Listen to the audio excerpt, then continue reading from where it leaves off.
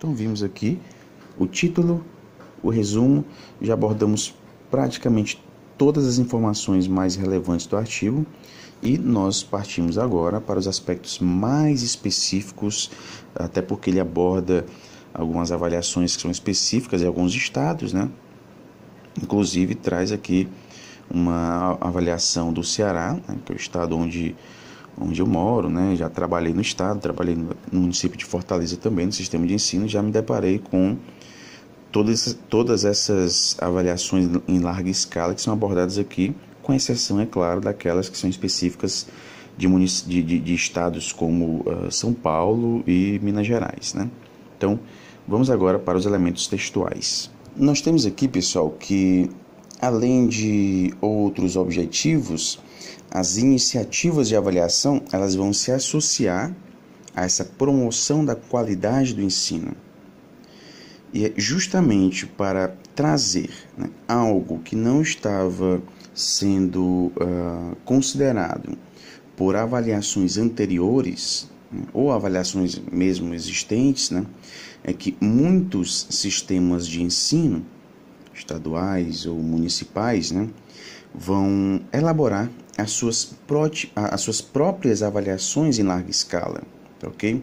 Vimos que a avaliação da primeira geração, essa que não traria consequências diretas para políticas públicas, né? Justamente pelo fato de não ter essa responsabilização, nós vamos ter a produção de avaliações mais específicas dos estados ou municípios, né? São essas avaliações que vão trazer uma responsabilização mais forte, né? Vão trazer alguns critérios diferentes, né, de avaliação, né, e, consequentemente, impactar nos currículos escolares. No artigo, nós temos aqui um dos argumentos, né, que costumam ser utilizados na defesa de avaliações de larga escala, né, porque a gente sabe que há críticas, né, em avaliação de larga escala, justamente pelo fato de padronizar, né, a mesma avaliação para todos, né? Mas um dos argumentos utilizados em defesa de uma avaliação de larga escala seria justamente a pequena variabilidade das propostas curriculares. Então, se nós temos um estado, por exemplo, né, parte do pressuposto de que não há uma variação muito grande nos currículos, né, abordados nas escolas desse estado. Justamente por não haver uma variabilidade grande, né, ou seja, há aqui uma perspectiva mais universalista, né, essas avaliações em larga escala teriam, digamos, a sua principal justificativa, né? Os conteúdos são padronizados, né? Consequentemente, não seria inviável uma avaliação em larga escala, né? Então, nós vamos ter aqui uma espécie de, digamos, argumento para as avaliações em larga escala. É interessante que esse argumento é bastante utilizado pelo PISA, né, Programa Internacional de Avaliação de Estudantes, né, que considera que 65 países, e uma vez justificada essa avaliação em larga escala, né, as autoras partem aqui para análise das 3 gerações de avaliação, né, que já foram ressaltadas aqui por nós, né? Então, nós temos 3 gerações. A primeira geração, que tem como característica diagnosticar a qualidade da educação no Brasil. Não há consequências diretas, né, para as escolas e currículo, né? Os resultados são divulgados para a consulta pública. Nós temos aqui como um grande exemplo dessa primeira geração o SAEB, né, ainda existente, né? Então, é importante destacar que uma geração ela não elimina a outra. Então, o SAEB ele existe, tá bom? É a principal avaliação característica, né, dessa primeira geração, tá bom? Depois as autoras nos trazem a segunda geração. Ela subsidia políticas de responsabilização, né? Aí aqui a gente vai ter de low stakes, né? Que elas nos trazem aqui, ou de responsabilização branda. Já falamos, né, que essa segunda geração tem como característica a responsabilização branda, né? Enquanto que as de terceira geração, né, tem como característica, a gente já viu, a responsabilização forte, né? Então, na segunda geração, a gente tem essas políticas de low stakes, a devolutiva dos resultados para as escolas, ok? As escolas recebem os resultados. E, finalmente, nós nos deparamos aqui com a terceira geração, né? Elas referenciam políticas de responsabilização forte, ok? Ou, utilizando isso aqui do termo em inglês, high stakes, tá bom? Há a presença aqui nessa terceira geração da meritocracia. A gente vai ver mais detalhadamente cada uma dessas gerações agora, tá bom? Então ela apenas introduziu aqui essas 3 gerações, ok? E agora ela parte para análise de cada, elas partem, né, para análise de cada geração dessa, tá bom? Até aqui nós estamos abordando justamente a introdução do artigo. No primeiro ponto, nós temos a primeira geração de políticas de avaliação em larga escala, vai ser abordado o SAEB. Elas nos dizem que é no final dos anos 80 que a avaliação passa paulatinamente a integrar políticas e práticas governamentais direcionadas à educação básica, né? Então, nós vamos ter aqui no fim dos anos 80 e também a própria determinação da nossa Constituição Federal, nossa Constituição Cidadã de 1988, né? Há, de fato, uma descentralização maior na nossa estrutura educacional, né? Mas essa descentralização ela acaba sendo compensada, digamos assim, né, por essas práticas de monitoramento que vêm com as avaliações externas, né? Então vamos ter a avaliação integrada, políticas e práticas governamentais, um grande representante, o SAEB. O SAEB é realizado a cada 2 anos, ele avalia uma amostra dos alunos do 6º e 9º ano, é também realizado no 3º ano do ensino médio, em escolas públicas e privadas. É adotada a teoria da resposta ao item, né, a TRI, e é importante destacar alguns pontos aqui dessa TRI, né, como nós podemos ver no próprio portal do INEP. Essa teoria foi desenvolvida nos anos 50, né. Até esse período, até os anos 50, a proficiência dos alunos era avaliada exclusivamente por meio daquela já teoria clássica das medidas, né? Ou seja, a nota do aluno, né, seria considerada a partir do número de acertos, né, descontados, obviamente, os erros. Então, na teoria clássica, só é possível comparar desempenho de estudantes que tenham feito as mesmas provas. Nessas provas que utilizam o score, né, os resultados encontrados dependem do conjunto de questões que compõem a prova. É como se a altura de uma pessoa dependesse da fita métrica ou o peso dependesse da balança. Assim como o peso e a altura, a proficiência está no indivíduo e não no instrumento utilizado para aferir a medida. Em provas elaboradas dentro da TRI, a proficiência pode ser inferida com maior precisão.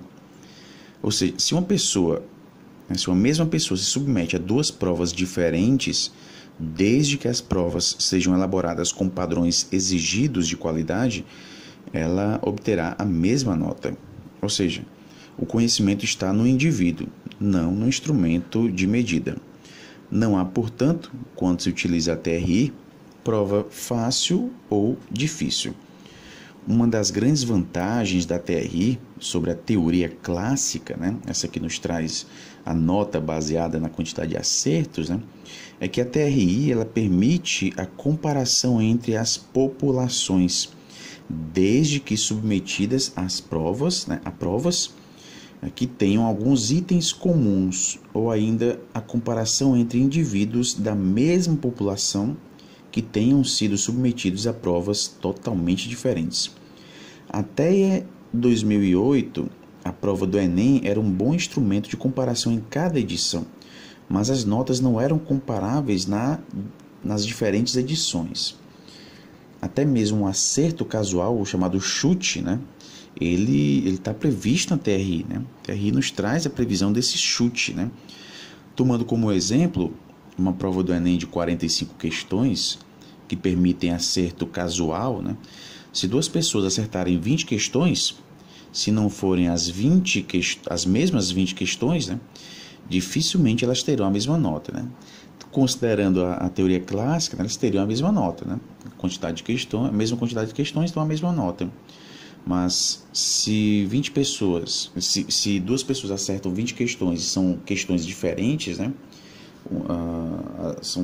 As 20 questões que um acertou são questões diferentes da outra pessoa que acertou 20 questões também, elas não vão ter a mesma nota.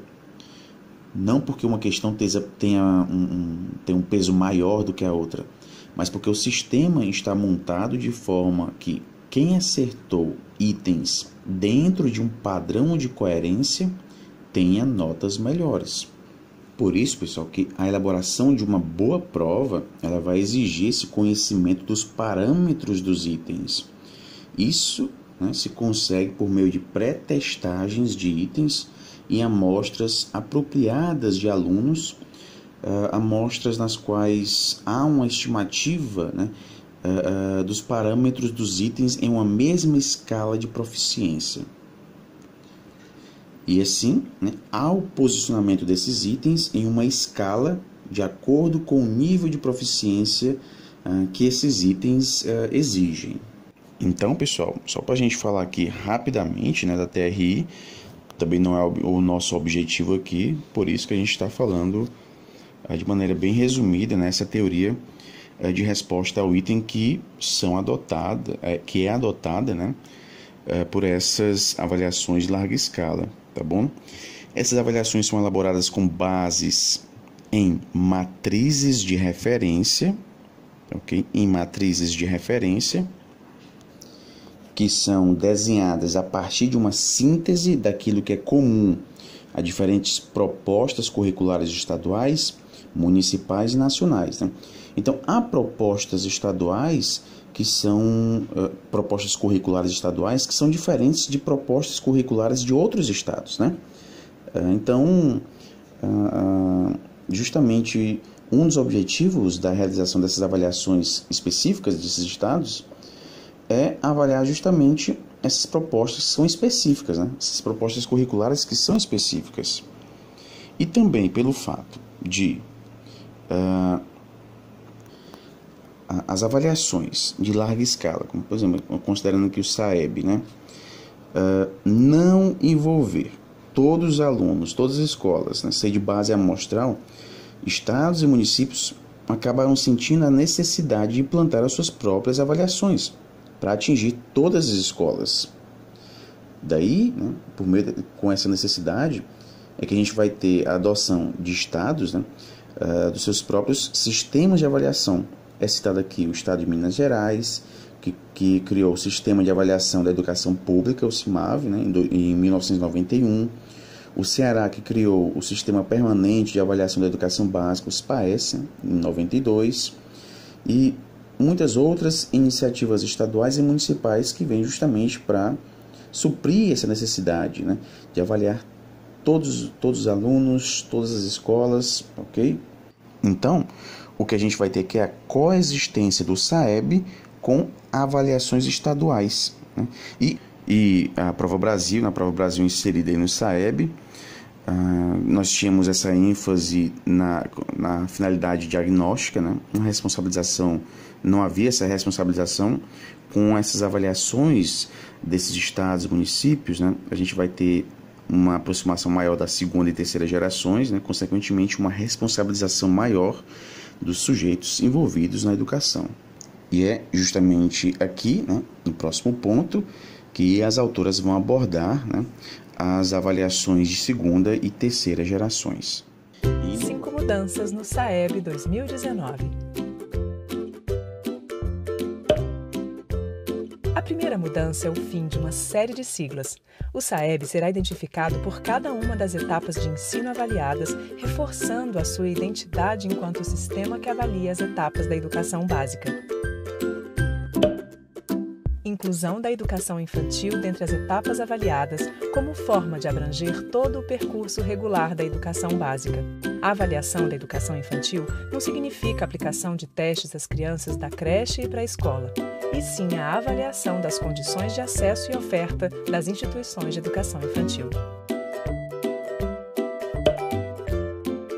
Alteração da etapa de referência para avaliação de alfabetização do 3º para o 2º ano do ensino fundamental, com a implementação de matrizes nesta etapa. Implementação das áreas de Ciências da Natureza e Ciências Humanas no escopo dos testes do 9º ano do ensino fundamental.